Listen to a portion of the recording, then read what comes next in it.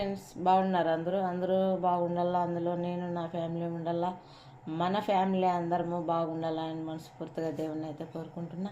ఈరోజు వీడియో వచ్చేసి రొయ్యలు చూడండి. ఇవి వచ్చేసి రొయ్యలు, అరబీలో వచ్చేసి రెబియాన్ అంటారు.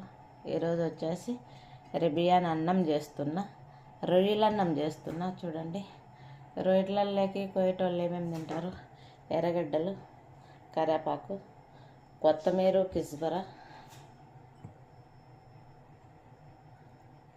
తెల్లగడ్డలు, ఈ మూడు